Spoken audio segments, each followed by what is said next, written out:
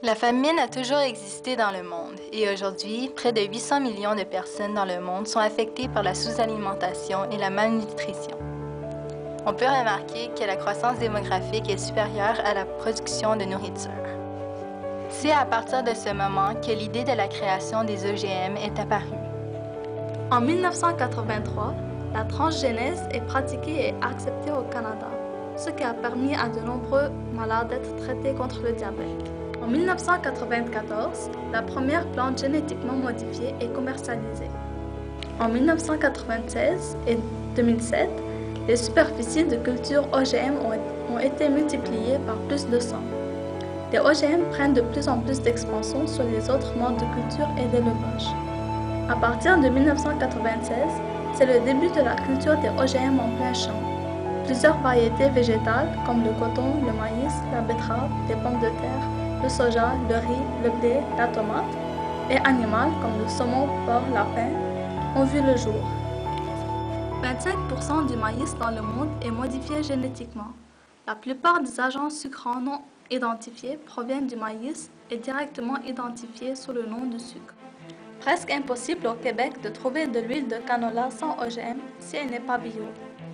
En 2009, 75% du soja cultivé dans le monde était génétiquement modifié. Seulement 7% du soja total est destiné à l'alimentation humaine. Le soja OGM se retrouve surtout sous forme d'huile, de farine, de protéines et de lécithine. Voici les pays producteurs d'OGM. Plusieurs éléments nous sont apparus sur les raisons de la création des OGM, mais certains paraissent nettement plus réalistes et utiles. En fait, l'homme a créé les OGM pour l'aider dans sa vie quotidienne, comme par exemple le plus connu des OGM, le maïs transgénique. Il permet aux agriculteurs un plus grand rendement. Donc, les OGM ont été créés pour résoudre de nombreux problèmes et ils sont présents dans de nombreux secteurs comme le secteur agricole, industriel et alimentaire. Dans le secteur agricole, les OGM ont été créés dans un but précis. 1. De permettre une plus grosse production d'aliments de tout type. 2. Permettre de résister à la sécheresse. 3. Les OGM ont une certaine résistance contre les insectes ou certains champignons, bactéries, virus, ce qui évite de nombreux traitements et diminue l'application de produits chimiques. Dans le secteur industriel, les OGM permettent une plus grande production ainsi qu'une meilleure qualité de produits. Dans le secteur alimentaire, les OGM permettent une meilleure qualité nutritionnelle des aliments et une conservation plus longue de certains aliments, comme les fruits en ralentissant leur pourrissement. Le gouvernement fédéral a autorisé des activités de recherche en laboratoire sur des espèces animales, principalement destinées au domaine médical ou pharmaceutique, à la création de biomatériaux et à la production animale. Mais qu'est-ce qu'un OGM? En quoi consiste réellement ces nouvelles techniques? Commençons par faire une introduction par ce que c'est exactement un OGM. Littéralement, c'est un organisme génétiquement modifié. C'est un organisme vivant dont on a modifié les gènes pour intervention humaine. On change sa génétique en introduisant de nouvelles gènes ou en modifiant ceux qu'il a déjà. On veut donc modifier les caractéristiques de base de cet être vivant. Pour les scientifiques, la création d'OGM est un grand pas dans la génétique. Elle permet maintenant de travailler sur le transfert de caractères, mais aussi de sauvegarder la diversité biologique et conserver un environnement viable. L'application des techniques du génie génétique en thérapie humaine contre des graves affections, comme le cancer et le sida, est un domaine que le public semble mieux accepter. Il n'y a aucune limite à l'imagination des applications de la transgénèse en mélangeant les meilleures caractéristiques des plantes, des animaux et des bactéries. Les OGM sont aussi un nouveau produit pour les gros producteurs, permettant d'améliorer un peu leurs bénéfices. Les entreprises comme Monsanto en tirent de réels avantages grâce à leurs produits. Mais c'est là qu'il faut se questionner. Voyons d'abord les parties prenantes et leurs positions. Comme on le voit, ce sont les gros producteurs comme Monsanto et ses partenaires qui sont pour les OGM, alors que les organisations comme Vigilance OGM et Greenpeace, sans oublier les citoyens et les médias, sont contre les OGM. Le gouvernement, quant à lui, ne peut trancher. Pour Monsanto, il ne s'agit pas de prouver que leurs produits ne présentent aucun danger, mais de promouvoir des remèdes aux problèmes de malnutrition et de santé publique du tiers-monde, sans oublier que c'est une solution de rechange à un péril de pesticides. Le principal argument des pro-OGM est qu'il serait la solution à la faim dans le monde. Si on invente une plante qui pousse dans le désert et qui peut sauver des millions de vies, pourquoi pas? Sauf que la réalité des OGM actuels est très loin d'en arriver à ce stade. Les cultures génétiquement modifiées n'ont pas réussi à réduire l'utilisation des pesticides ou à protéger la biodiversité. On révèle que durant les 20 années où l'on a produit des cultures GM, les ventes d'herbicides au Canada ont plus que doublé, avec une augmentation de 130 %. Les cultures tolérant le glyphosate ont notamment fait grimper l'utilisation d'herbicides à base de glyphosate. Environ les 2 tiers des OGM utilisés dans le monde ont comme unique changement de résister à l'herbicide glyphosate. Le glyphosate est le pesticide le plus utilisé dans le monde, tellement utilisé que de plus en plus de plantes y développent une résistance et que l'on doit sans cesse utiliser des doses de plus en plus fortes. Les plantes OGM ne deviennent pas plus productives ou résistantes. Elles permettent juste une plus grande utilisation de produits nocifs pour la planète. Voyons maintenant les impacts sur la biodiversité. L'Amérique du Nord a perdu 90 % de sa population de monarques en raison de la destruction des habitats imputables à l'utilisation de glyphosate sur du maïs GM tolérant le glyphosate aux États-Unis. La contamination par les OGM au Canada empêche les agriculteurs biologiques de cultiver du canola et à peut-être réduire la diversité génétique des semences, tant pour le canola que pour le lin.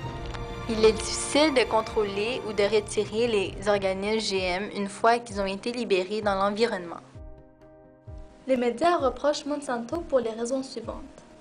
Un manque d'informations sur les conditions d'alimentation, une remise en question de l'intégrité des chercheurs, accusés de mener un combat anti-OGM primaire ou de n'être pas assez qualifiés.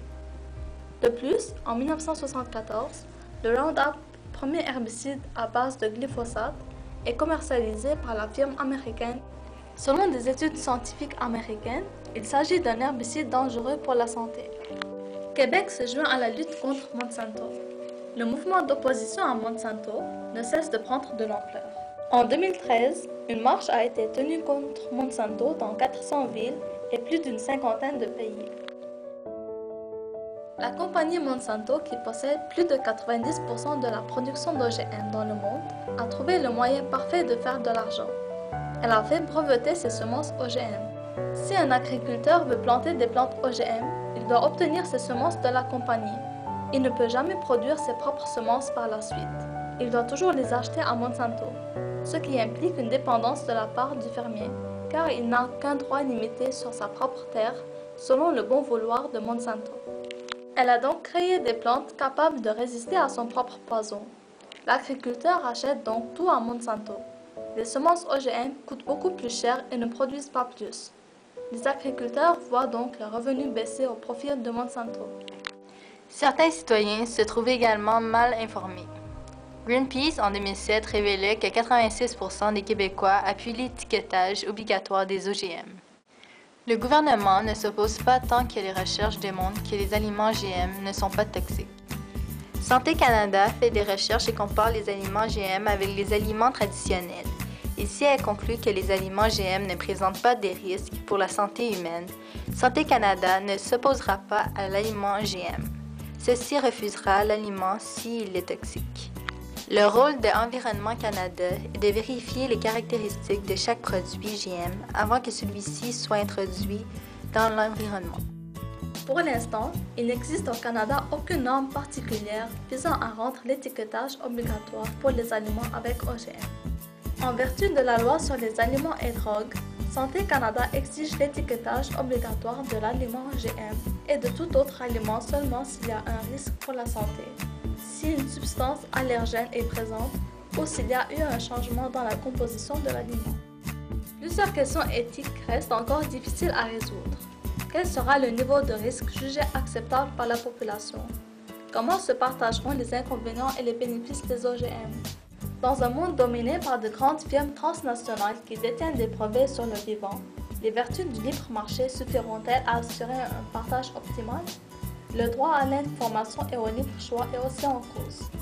Et enfin, un individu mal informé sur les OGM porte-t-il un jugement éclairé lorsqu'il choisit ou non d'en consommer? Vous qui êtes maintenant bien informé, c'est à vous d'en juger. Par ailleurs, toute décision politique sur la question des OGM repose sur un délicat équilibre entre l'intérêt collectif et la liberté de choix individuel. Ces décisions exigent des repères scientifiques, mais également une large participation du public au débat. Les aliments contenant, ayant la possibilité de contenir ou ne contiennent pas des OGM, se trouvent dans ce guide de produits avec ou sans OGM de Greenpeace. Consultez-le. Et maintenant, comment éviter de consommer les produits OGM? Premièrement, devenir végétarien, puisque 80% des cultures OGM servent à nourrir les animaux élevés pour servir de nourriture. Deuxièmement, manger biologique. Une des règles premières de la certification biologique est d'interdire toute modification génétique. Acheter biologique vous assure d'acheter un produit qui ne contient pas d'OGM. Plusieurs produits, même non biologiques, possèdent le logo du projet sans OGM. C'est une certification qui garantit l'absence d'organismes génétiquement modifiés.